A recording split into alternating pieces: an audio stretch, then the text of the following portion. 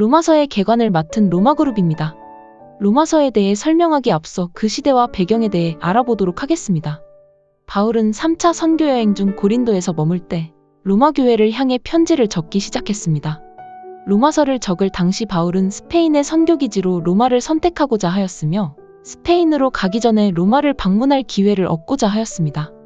유대인 그리스도인들에 의해 세워진 로마 교회는 AD 49년경 클라우디오 황제의 유대인 추방령이 있은 후 이방인 중심의 교회가 되었고 AD 54년 이후에 네로 황제가 즉위한 후 다시 유대인이 교회로 유입되었습니다.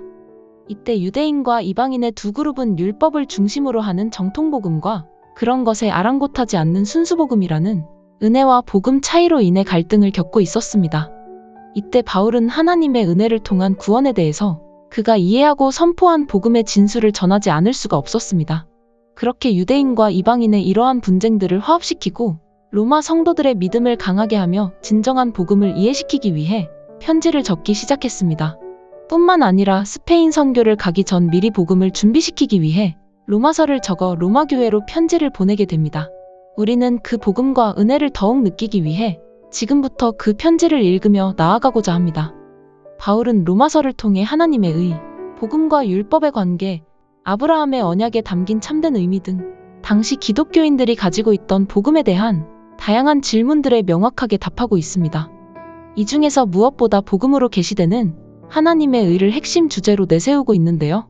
1장 17절을 보게 되면 곧 예수님의 삶과 십자가의 죽음 그리고 부활을 통해 하나님이 심판하시고 구원하시는 의를 주제로 담고 있습니다. 이를 염두에 두시면서 로마서를 읽어나가시면 좋을 것 같습니다. 이어서 각 부분별로 어떠한 내용들을 담고 있는지 알아보겠습니다. 크게 1장부터 11장까지 믿음으로 말미암은 의에 대해 다루는 앞부분과 12장부터 16장까지 복음으로 인해 의롭게 된 이들의 의무가 어떠한지 그 실천적인 부분을 다루는 뒷부분으로 구성됩니다. 먼저 1장부터 3장 20절까지는 죄를 용납하지 않으시는 하나님의 성품과 어떠한 사람도 피할 수 없는 하나님의 진노에 대해 다루고 있습니다.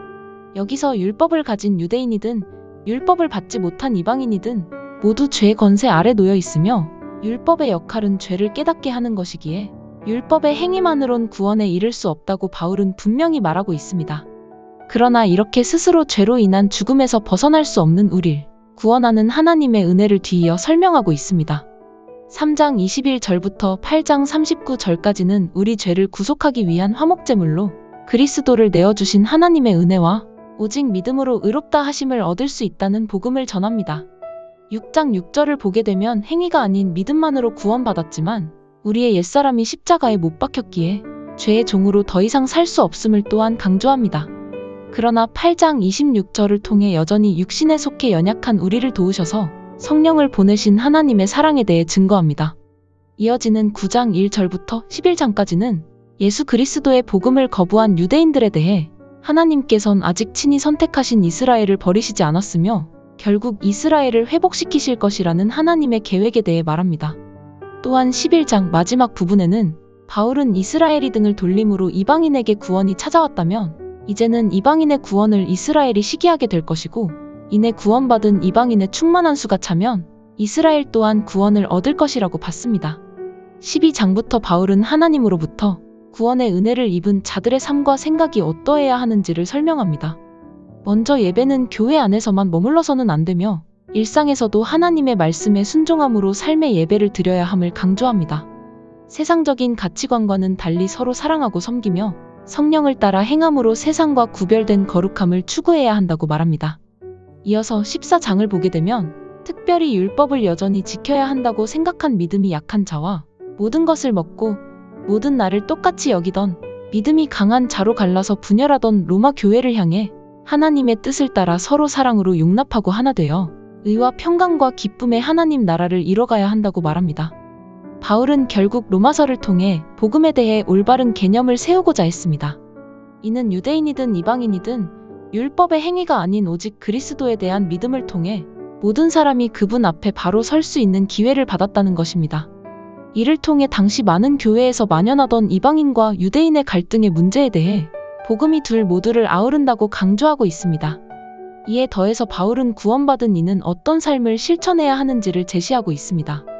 우린 말씀을 읽으면서 수많은 권면과 도전을 받고 하나님께서 기뻐하시는 대로 살아가고자 수없이 결단하고 실패하기를 반복했습니다.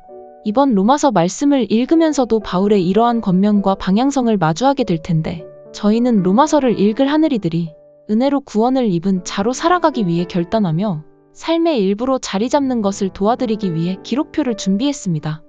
예시로 보여드리는 것 같이 내 안에 계신 성령을 따라 살기 위해 결단한 것들을 적어보고 이를 실천에 옮기며 이를 기록하다 보면 이번 연도 표어처럼 그리스도의 담대한 증인으로, 그리고 예수 그리스도를 입은 자로 한 발자국 가까워지는 것을 경험하게 될 것입니다. 여러분들이 성실히 기록한 것을 하늘대학부 인스타로 공유해주세요. 여러분 혹시 종교개혁을 이끌었던 한 사람이 있었는데 혹시 아시나요? 바로 마틴 루터입니다. 이렇게 로마서는 종교개혁을 이끌었던 마틴 루터가 읽고 회심하게 된 책이기도 합니다. 마틴 루터는 이 책에 대해 죄인이었던 우리가 그분의 의로 새롭게 태어나는 것을 온전히 이해하게 되었으며, 이런 깨달음은 천국에 이르는 열린 문이라고도 했습니다. 하늘이들도 이번 달 이 로마서를 읽으면서 오직 예수 그리스도를 믿는 믿음으로 구원이 주어지는 하나님의 의의 복음을 다시 한번 깨닫고 그리스도의 담대한 증인으로서 이제 내 안에 찾아오신 성령을 따라 사는 삶을 살아가게 되기를 축복합니다. 이상으로 로마서 개관 영상을 마치겠습니다.